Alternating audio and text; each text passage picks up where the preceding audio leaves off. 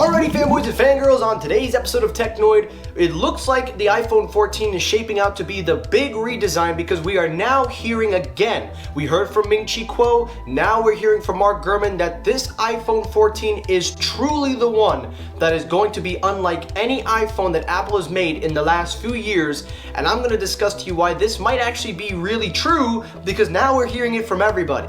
Also on today's episode, Samsung has reportedly canceled the launch of the S21 FE edition. We're going to talk about that in today's episode. And lastly, we have an update on the M1 MacBook Pro, or the M1X, excuse me, and also an update on the second generation M2 MacBook Air. All of that on today's episode with special guest Myla in the house. Say hello. All of that on today's episode, so stay tuned.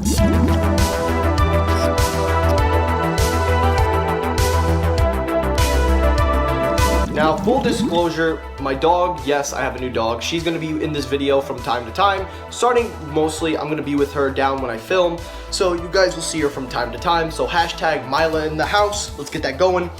But story number one, the main story, let's talk about the iPhone 14. Now, we've been hearing a lot of reports about the iPhone, most notably the iPhone 14, how this is going to be the biggest change to the iPhone since they've made the notch. And we've been hearing this for a while now, but now it's starting to become more and more and more. And while it's cool that we're hearing this, I have a problem with the timing of these reports. I don't understand why tech rumors can't just wait a couple of months until after the phone, the newest phone. The 13 isn't even fully released and it's being delayed now. They can't even wait.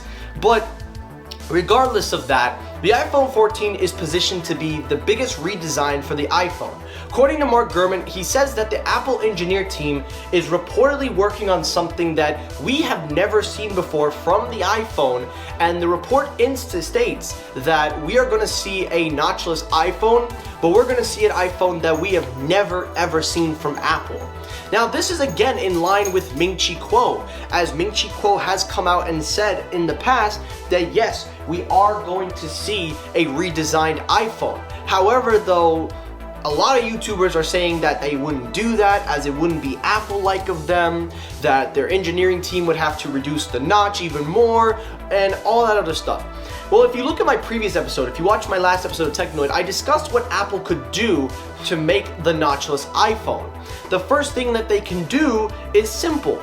All they have to do is make a design similar to the iPad Pro. The only difference this time around is that instead of using LCDs, you're using OLED, so the panels are more flexible. Secondly, the next thing you have to do is, of course, figure out a way to reduce that chin. And third, most importantly, if you are going with a punch hole, you have to make sure that you don't, of course, how would I say this? You have to make sure in all areas that if you're going to make this iPhone with Touch ID or Face ID, either it's got to be in-display fingerprint scanner, or if Apple's still going true on Face ID, they have to put it under a bezel, because it seems that the reports are telling us that Apple wants to keep Face ID because they did market it since 2017 and they want to go all in on it. They can't backtrack, but they also want to keep Touch ID alive. So all these reports surrounding everything that we know, it seems that the iPhone 14 is going to be the mother of all iPhones, as the design is going to be different. We're going to see some new things, we're going to see some old things, but also that it might be too good to be true, because while these reports are consistent across the board from all reliable leakers, this year Apple kind of proved them wrong when they changed the Apple Watch design, so we don't know exactly what Apple's going to do, if this technology is even going to be ready. We don't know anything. So we're going to have to wait and see, but I will keep you guys up to date on the story as we go along, and I'll make sure to update you guys whenever we hear more, not just on the iPhone, but everything in the tech world. So make sure to subscribe, turn on notifications so you do not miss when I upload. Now we got that out of the way, let's talk story number two. Alrighty, story number two, keeping up with Apple, let's talk about the MacBook Air. Now, the MacBook Air is another device that we've heard a lot about as well, the refreshed MacBook Air. We see that Apple is heading in a trend where all their products are going for a very similar design in terms of size, in terms of everything. But one thing that we do know for a fact is that Apple is working on the M2 chip and of course the M1X MacBook Pro. Now, according to Ming-Chi Kuo, we can expect the new MacBook Air with an M2 chip reportedly in Q3 of 2022. So that's September, October, November release. So that's what Ming-Chi Kuo is reportedly telling everyone, and that's exactly what we're hearing.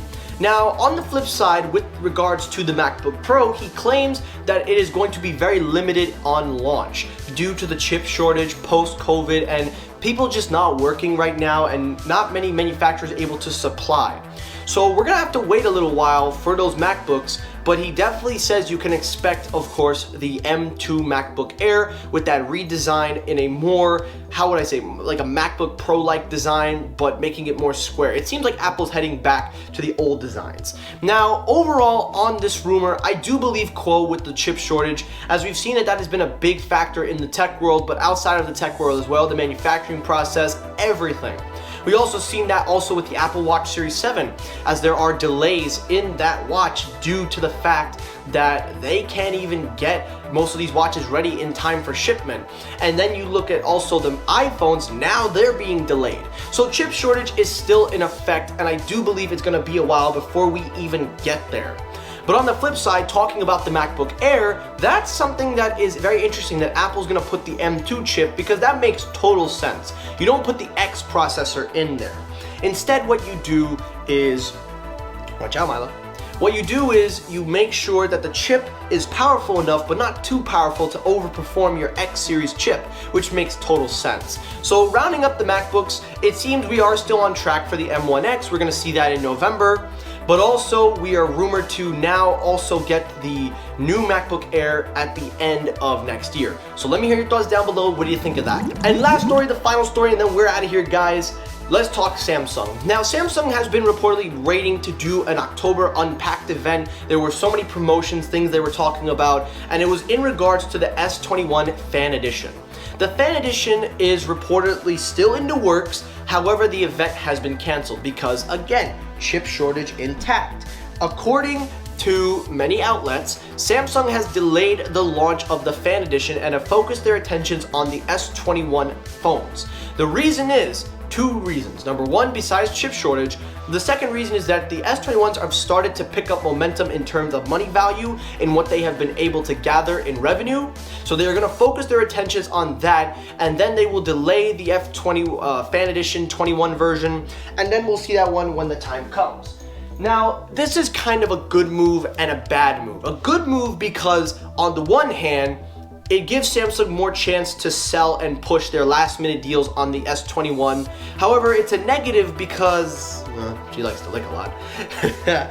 Another reason that it's bad is because the Fan Editions do generate a lot more sales for Samsung, so by delaying it and pushing it towards the end of the month, you're kind of colliding with the Pixel 6 Pro, and you're gonna lose a lot of sales, especially if Google prices their phones around the $700, $800 mark. So they better be careful with their strategy, but one thing we do know is they still intend to make the Fan Edition, and we are going to see that very, very soon. So comment your thoughts down below on everything you've heard today. Let me hear what do you think, and let me hear your thoughts. And that's it for today's episode of Technoid. Now guys, I really hope you enjoyed this episode. If you did, hit the like button. If you disliked the video, you can hit the dislike button. That helps circulate my videos as well. As always, everyone, thank you so much for watching. I'll see you on the next episode. Have a great rest of your day, guys. Take care, stay safe, have a good day. From me and Mila, and peace!